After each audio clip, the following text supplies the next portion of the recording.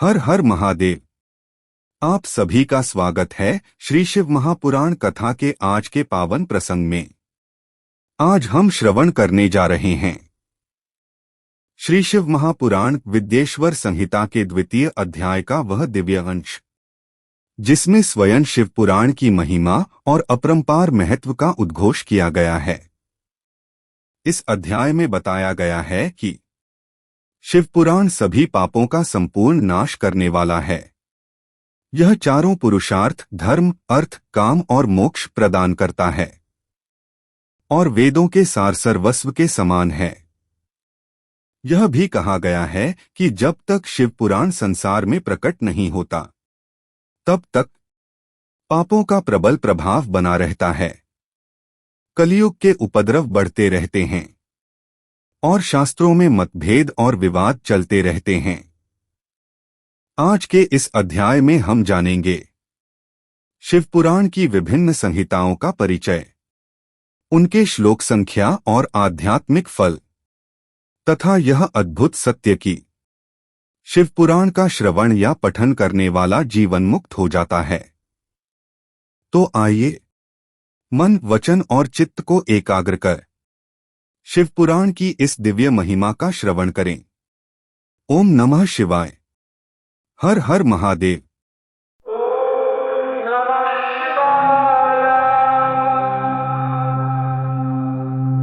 नमस्कार। तो आज हमारे सामने एक बहुत ही दिलचस्प सवाल है।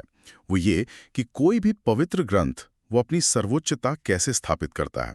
मतलब वो अपने पाठक को ये यकीन कैसे दिलाता है कि बाकी सब कुछ छोड़कर बस उसी पर ध्यान देना चाहिए।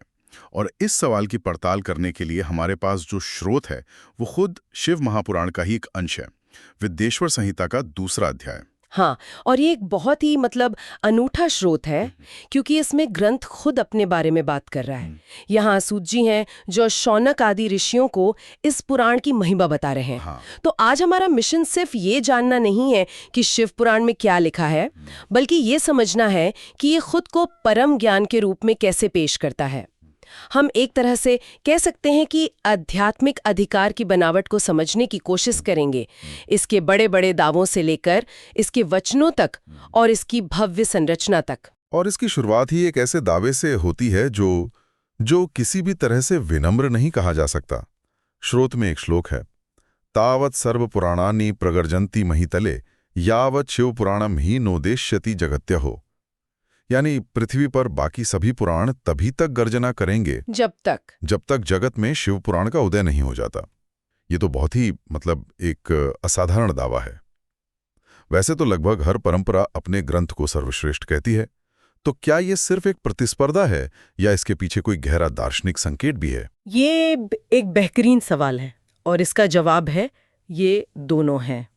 अगर हम उस दौर के सामाजिक धार्मिक माहौल को देखें तो जाहिर है विभिन्न वैष्णव, शाक्त और शैव परंपराओं में एक होड़ थी अपनी अपनी सर्वोच्चता स्थापित करने की। तो हाँ, ये उस प्रतिस्पर्धा का हिस्सा तो है, लेकिन इसका एक गहरा दार्शनिक पक्ष भी है। ये कहने का एक तरीका है कि शिव तत्व को समझे बिना, जो इस पुराण का केंद्र है, उसे समझे बिना बाकी सारा ज्ञान अधूरा है या कहिए विवादास्पद रहेगा। ये ज्ञान को एक केंद्र बिंदु, एक एंकर देने की कोशिश है। अच्छा, तो ये सिर्फ ये नहीं कह रहा कि हमारी किताब बेहतर है जी, बल्कि ये कह रहा है कि हमारे नजरिए के बिना बाकी किताबों में भी विवाद बना रहेगा। जी, ये तो बहुत अनोखी बात है। बिल्कुल। और स्रोत इसी बात को और आगे ले जाता है। वो कहता है कि जब तक शिव पुराण का उदय नहीं होता जी, तब तक शास्त्र, तीर्थ, मंत्र, देवता भी रहेंगे। इसका गहरा मतलब ये है कि ये पुराण ये सभी आध्यात्मिक सवालों का, सभी शंकाओं का एक अंतिम और निर्णायक समाधान होने का दावा करता है। इसके आने के बाद कहीं और देखने की जरूरत ही नहीं है। इसे वेदांत का सार सर्वस्व कहा गया है, मतलब उपनिषदों का निचोड़। और ये सिर्फ दार्शनिक विवादों को नहीं सुलझा रहा है, इसमें तो कलयुग के बारे में भी बहुत कुछ कहा गया है। जैसे इसे कलिकल्मष विध्वंसी कहा गया है, मतलब कलयुग के पापों और दोषों का नाश करने वाला। हाँ, और ये बहुत दिलचस्प है कि ये ग्रंथ खुद को एक एक आध्यात्मिक सुरक्षा कवच के रूप में पेश कर रहा है। इसमें साफ लिखा है कि कलयुग के जो महान उत्पाद हैं या जो क्रूर यमदूत हैं, वो भी तभी तक निर्भय होकर घूमते रहेंगे जब तक शिव पुराण का उदय नहीं होगा। बिल्कुल। ये सुरक्षा कवच वाली बात बहुत मायने रखती है, क्योंकि ये सिर्फ आध्यात्मिक लाभ नहीं दे रहा, बल्कि कलयुग के यमदूतों जैसी, एक तरह से कहें तो भौतिक या पारलौकिक डरावनी चीजों से भी बचाने का वादा कर रहा है। ये तो पाठक की मनोवैज्ञानिक सुरक्षा की भी बात हो गई, जो उस समय के समाज के लिए बहुत जरूरी रही होगी। निश्चित रूप से ये उस दौर के इंसान की सबसे गहरी चिंताओं को संबोधित कर रहा है, और ये यहाँ तक दावा करता है कि ये ब्रह्म हत्या जैसे सबसे बड़े पापों को भी खत्म करने की क्षमता रखता है। यहीं पर कोई श्रोता ये सोच सकता है कि ये तो बहुत आसान हो गया, क्या ये पाप करने का एक तरह का लाइसेंस नहीं दे रहा कि आप कुछ भी करें और फिर इसे पढ़कर शुद्ध हो जाएं? इस दावे के पीछे का मतलब गहरा मंतव्य क्या हो सकता है? ये एक स्वाभाविक शंका है, लेकिन अगर हम स्रोत के भाव को समझें तो ये सिर्फ प्रायश्चित की बात नहीं कर रहा। इसका मतलब ये नहीं है कि कोई पाप करे और फिर इसे बढ़कर बच जाए, नहीं, बल्कि इसका दावा है कि इसके अध्ययन से, इसके सुनने से व्यक्ति का जो अंतःकरण है, उसकी चेतना, वो इतनी शुद्ध और परिवर्तित हो जाती है कि पाप करने की प्रवृत्ति खत्म हो जाती है। हाँ, कि पाप कर्म में उसकी प्रवृत्ति ही समाप्त हो जाती है। ये निवारण की बात कर रहा है, इलाज की नहीं। ये चेतना के स्तर पर एक ट्रांसफॉर्मेशन का वादा है। ये एक बहुत महत्वपूर्ण अंतर है। तो ये कोई क्विक फिक्स नहीं है, बल्कि एक गहरी आंतरिक शुद्धि की प्रक्रिया है। और यहीं से बात उन अनोखे फलों पर आती है जो इस पुराण से जुड़ने पर मिलते हैं। स्रोत में तो यहां तक कहा गया है कि इसका आधा श्लोक पढ़ने मात्र से ही व्यक्ति पापों से मुक्त हो जाता है। ये फिर से एक बहुत बड़ा दावा है। हाँ, और इसकी खूबी यही है कि ये ग्रंथ से जुड़ने के हर स्तर के लिए अलग अलग फल बताता है, जो इसे हर तरह के व्यक्ति के लिए बहुत व्यवहारिक और सुलभ बनाता है। स्रोत में इसे कई श्रेणियों में बांटा गया है, जो दिखाता है कि ये ग्रंथ एलिटिस्ट नहीं है, ये सबके लिए है। चलिए उन श्रेणियों को ही खोलते हैं। जैसे सबसे पहले पढ़ने, मतलब पठन का क्या फल बताया गया है? स्रोत कहता है कि जो व्यक्ति आलस्य रहित होकर, यानी पूरी लगन और भक्ति से रोज इसका पाठ करता है, उसे जीवन मुक्त कहा जाता है। जीवन मुक्त? हाँ, जीवन मुक्त एक बहुत बड़ी अवधारणा है। इसका अर्थ है जो इसी जीवन में, इसी शरीर में रहते हुए मुक्ति का अनुभव कर ले। उसे मरने के बाद मोक्ष का इंतजार नहीं करना पड़ता। और अगर कोई खुद ना पढ़ पाए, बस सुने, तो श्रवण का क्या महत्व बताया गया है? उसके लिए भी महान फल है। कहा गया है कि अगर कोई साधारण इच्छा से भी इसे सुनता है तो वो भी पापों से मुक्त हो जाता है। यहाँ देखिए, भक्ति की गहराई से ज्यादा महत्व सुनने की क्रिया को दिया गया है। ये ज्ञान को ग्रहण करने के प्रति एक बहुत ही उदारवादी दृष्टिकोण है। और ये सिर्फ पढ़ने सुनने तक ही सीमित नहीं है, इसकी पूजा करने का भी जिक्र है। यानी इस ग्रंथ को एक भौतिक वस्तु के रूप में भी सम्मान दिया गया है। हाँ, ग्रंथ को एक पवित्र विग्रह या मूर्ति की तरह मानकर उसकी पूजा का विधान है। स्रोत के अनुसार इस ग्रंथ की हर रोज पूजा करने से अश्वमेध यज्ञ के बराबर फल मिलता है। अश्वमेध यज्ञ? हाँ, अब हमें ये समझना होगा कि प्राचीन भारत में अश्वमेध यज्ञ कोई साधारण यज्ञ नहीं था। उसे यज्ञों का राजा माना जाता था, जिसे केवल चक्रवर्ती सम्राट ही कर सकते थे। तो एक आम इंसान को घर बैठे उस महायज्ञ का फल मिलना, ये एक असाधारण आश्वासन है। और मुझे जो सबसे आश्चर्यजनक लगा वो है सिर्फ प्रणाम करने का फल। कहा गया है कि इसे दूर से प्रणाम करने पर भी सभी देवताओं की पूजा का फल मिल जाता है। ये तो भक्ति और श्रद्धा को सर्वोच्च स्थान दे रहा है। ये दिखाता है कि ग्रंथ को साक्षात ज्ञान का स्वरूप माना गया है, वांग्मय स्वरूप। सिर्फ एक भौतिक क्रिया जैसे दूर से श्रद्धा से सिर झुकाना भी व्यक्ति को आध्यात्मिक पुण्य से जोड़ देती है। इसके अलावा एक और अनूठा फल बताया गया है। क्या? इसे खुद लिखकर शिव भक्तों को दान देना। हाँ, इसका क्या महत्व है? ये तो ज्ञान के प्रसार की बात हो गई। बिल्कुल, स्रोत कहता है कि जो ऐसा करता है उसे वेदों और बाकी शास्त्रों के अध्ययन से भी दुर्लभ फल मिलता है। वाव! ये ज्ञान को अपने तक सीमित रखने की प्रवृत्ति के खिलाफ है। ये कहता है कि ज्ञान का सच्चा फल उसे दूसरों तक पहुंचाने में है। ये सिर्फ व्यक्तिगत साधना नहीं, बल्कि ज्ञान को साझा करने का भी एक शक्तिशाली संदेश है। इसमें एक विशेष तिथि चतुर्दशी का भी बहुत महत्व बताया गया है, ऐसा क्यों है? चतुर्दशी तिथि, खासकर कृष्ण पक्ष की चतुर्दशी, शिव की पूजा के लिए बहुत शुभ मानी जाती है, जिसे हम मासिक शिवरात्रि भी कहते हैं। तो इस ग्रंथ के संदर्भ में भी इसका महत्व बढ़ जाता है? स्रोत कहता है कि जो चतुर्दशी को उपवास रखकर शिव भक्तों की सभा में इसका पाठ करता है, उसे हर अक्षर के लिए गायत्री पुरस्चरण का फल मिलता है। गायत्री पुरस्चरण, ये सब सुनने में काफी भारी लगता है। इसका असल में मतलब क्या है? गायत्री पुरस्चरण कोई छोटी मोटी साधना नहीं है। इसमें गायत्री मंत्र का लाखों बार जाप, दशांश हवन, तर्पण, मार्जन और ब्राह्मण भोजन जैसे कई कठोर नियम शामिल होते हैं। इसमें महीनों या साल भी लग सकते हैं। तो ये कहना कि इस पुराण के पाठ के हर अक्षर पर उस पूरी साधना का फल मिलेगा, ये एक लगभग अविश्वसनीय आश्वासन है, जिसे इस ग्रंथ के पाठ को सर्वोच्च प्राथमिकता देने के लिए बनाया गया है। और अंत में उसे मोक्ष की प्राप्ति होती है, ऐसा भी कहा गया है? बिल्कुल।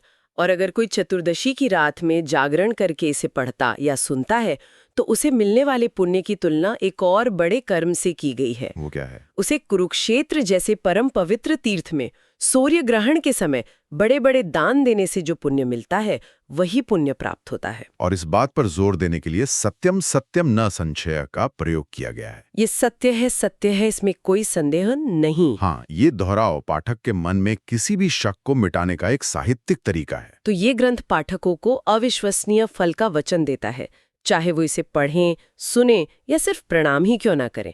ये लगभग ऐसा है जैसे ये ग्रंथ स्वयं एक जीवित शक्तिशाली इकाई हो। तो आखिर ये है क्या? इसकी बनावट कैसी है? इसका स्वरूप कैसा है जिसने इसे इतना शक्तिशाली बना दिया है? ये एक बहुत ही स्वाभाविक सवाल है और स्रोत इसकी संरचना की एक बहुत ही भव्य कहानी बताता है।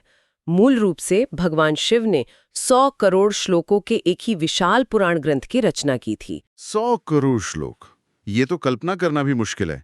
ये कुछ ऐसा है जैसे हम आज कहें कि इंटरनेट का सारा ज्ञान एक ही किताब में लिखा था। आपकी उपमा बिल्कुल सटीक है। ये कल्पना से भी परे का आकार है। फिर द्वापर युग में जब ज्ञान को मनुष्यों की सीमित क्षमताओं के लिए सुलभ बनाने की जरूरत महसूस हुई, तो महर्षि व्यास जी ने इसे संक्षिप्त किया। उन्होंने इसे 24,000 यानी 24,000 श्लोकों का बना दिया।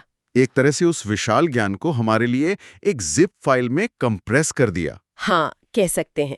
और पुराणों के क्रम में, मतलब जो 18 महापुराण हैं, उनमें इसका स्थान चौथा बताया गया है।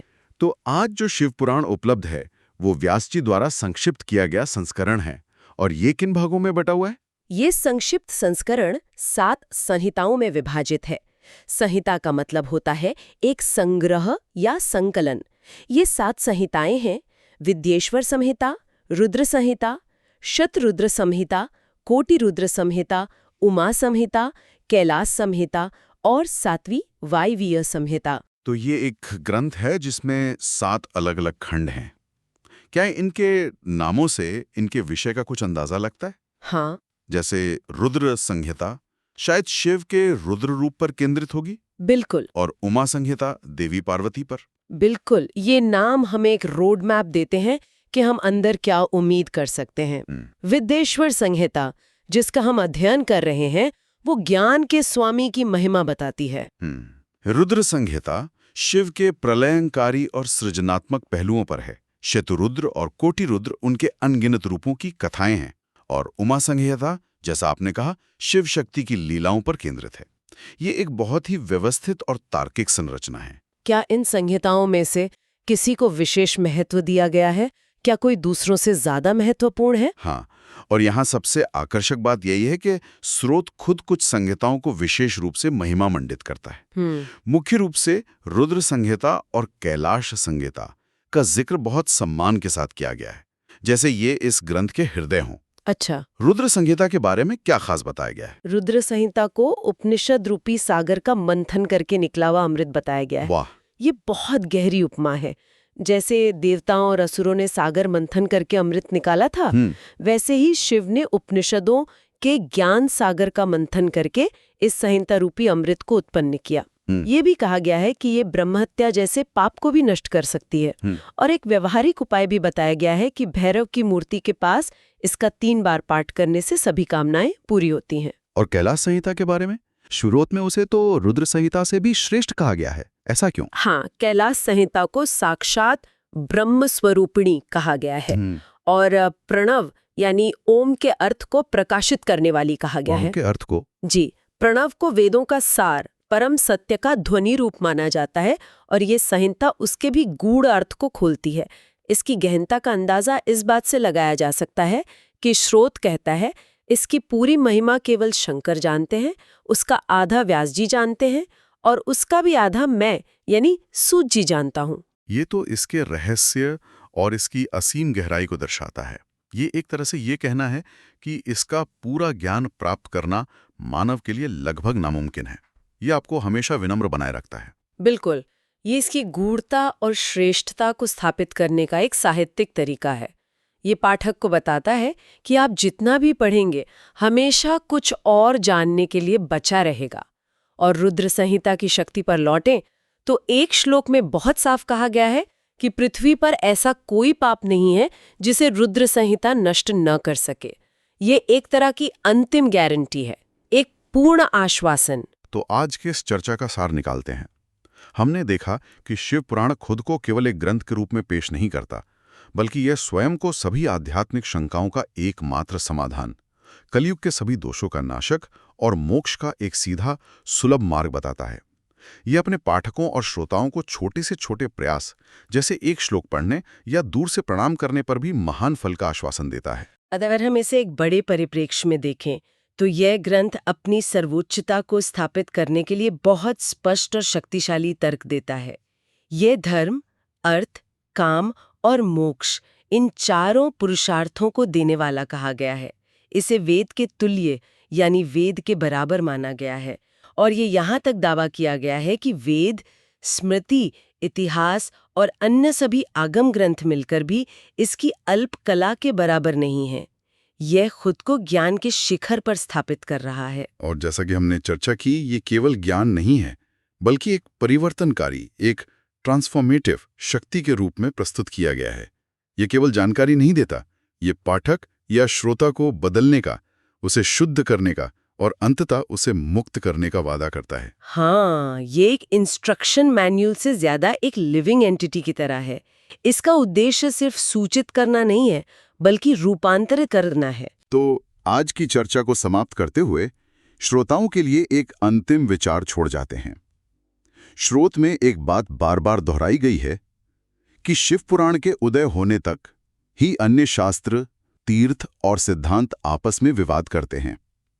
आज के इस दौर में जहां हर विषय पर अनगिनत मत हैं, दृष्टिकोण हैं, सूचनाओं का अंबार है, जहां हम अक्सर इंफॉर्मेशन ओवरलोड से जूझते हैं, ये विचार कितना प्रासंगिक है कि कोई एक ग्रंथ या कोई एक दृष्टिकोण सभी वैचारिक विवादों का अंतिम समाधान हो सकता है।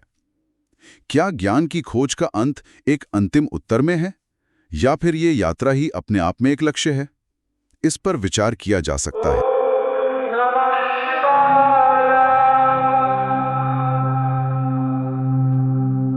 इस प्रकार भक्तजनों, आज के अध्याय में हमने सुना श्री शिव महापुराण की वह दिव्य महिमा जिसके समक्ष समस्त यज्ञ, तप और दान भी लघु प्रतीत होते हैं।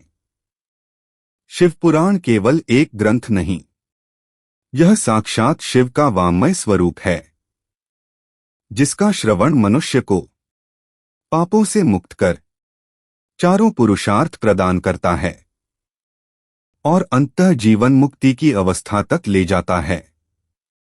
शास्त्र कहते हैं, जो श्रद्धा से शिव पुराण का श्रवण करता है वह अश्वमेध यज्ञ के समान पुण्य प्राप्त करता है और जीवन में शिव कृपा का अनुभव करता है। यदि आज का यह प्रसंग आपके हृदय में भक्ति, शांति या ज्ञान की ज्योति जगा सका हो, तो इसे जीवन में धारण करें और अगली कथा में फिर से हमारे साथ जुड़े। तब तक शिव नाम का स्मरण करते रहें और शिव मार्ग पर दृढ़ रहें। ओम नमः शिवाय। हर हर महादेव।